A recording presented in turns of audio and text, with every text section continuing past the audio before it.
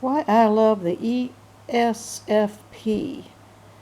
Good morning, afternoon, evening, whenever you see this. This is Dee with INFP-A, Assertive Insights. And I'm going to be doing this spring, I'm going to be doing just light kind of, not too intellectual videos, just about some of the personality types that I do enjoy. They won't be all 16 of them because I don't hang out with all 16. But just to give you something to do and something to think about, and what INFPs might like about certain types, and what the certain types can do to make the relationship with an INFP better, according to me, what I like. This will be what I like, and so anyway, today we're going to be talking about the ESFP, the extroverted sensing feeler perceiver. Okay, this is my ride or die. Now, to my knowledge, I only know one ESFP. I can only handle one ESFP. But there's one that lives here where I do live. And I'll just give a couple of examples of why I love the ESFP, and then a couple of examples of how they can relate a little bit better with INFPs. So, one thing I like about them is, let's say, they make a great ride or die. I can depend on this person, even though she's not very dependable in general with her life. Her apartment is totally disorganized and totally overrun with consignment stuff. She loves to shop. She loves to get out. She loves to do things. So. What they do is she will be there. Like I went, I didn't feel like going to get my car, pick up my car when I had it serviced. It's just across the street, but I didn't feel like it, so I went to her in the middle of the afternoon and said, would you want to drive me over there? And I was willing to pay her and everything. She doesn't get up until like noon. She's a night owl, totally. So, and she wasn't dressed when she's not dressed at her apartment. So I didn't really expect her to, but she did come to the door, and she said, yeah. I mean, she just doesn't stop. Anytime anybody says go, let's go. So doesn't think first. She doesn't think first. I know that sounds a lot like the ENFP, but she's more of a hands-on person. So she went and wouldn't take any money, wouldn't let me put gas in the car for her or anything. It was just, yeah, let's go. So I know I can depend on her if I can find her, because she's always out doing stuff or out buying things at consignment shops or taking things to consignment shops. She's always kind of on the go. But I do love that about her, and she's loud like me. We have the reputation in this place. The manager wants everybody to be quiet, like library quiet, and it's just, and not have any social life. But yeah, sometimes she parks her car underneath where my apartment is, and I'm on the 4th floor. And sometimes in the summertime she can be out, and I know she talks and she yells. I can hear her. I said, oh, well, that's her. And I'll go and I'll just raise the window. We'll have a conversation. Just literally have a conversation through the window, yelling back and forth.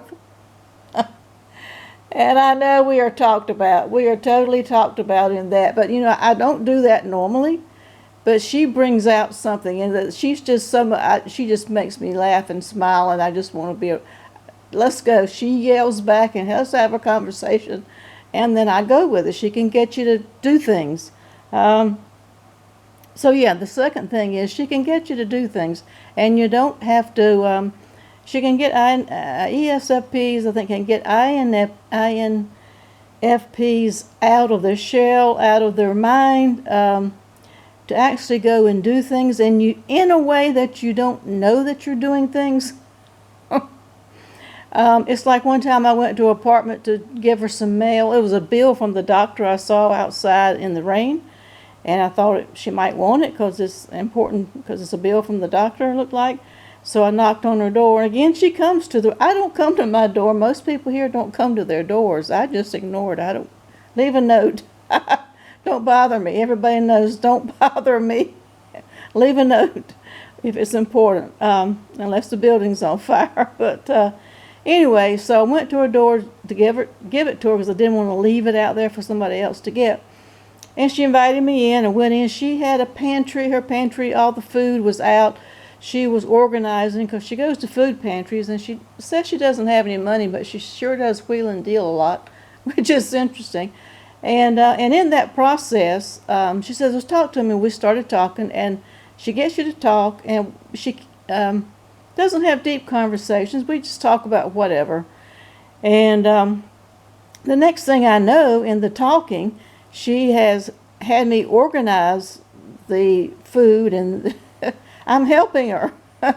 And then she had all these aloe plants that she was trying to root, and she didn't know what to do with them. And so I said, I'll take them. And I went door to door handing out aloe plants, which is totally not my nature.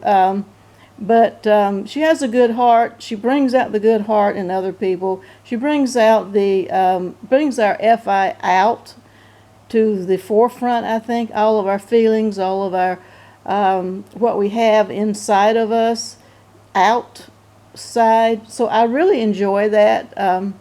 So there are two things I really enjoy about the ESFP. My study sample of one. And how I think ESFPs could help INFPs, besides that, I mean really enhance it, the things that kind of grate on me, is that they don't have boundaries. I can mention, I'm going to try to mention just two for each thing and not drag it out because I could do a lot on a lot of people. But say, for example, she came to bring me some food. This was a few years ago.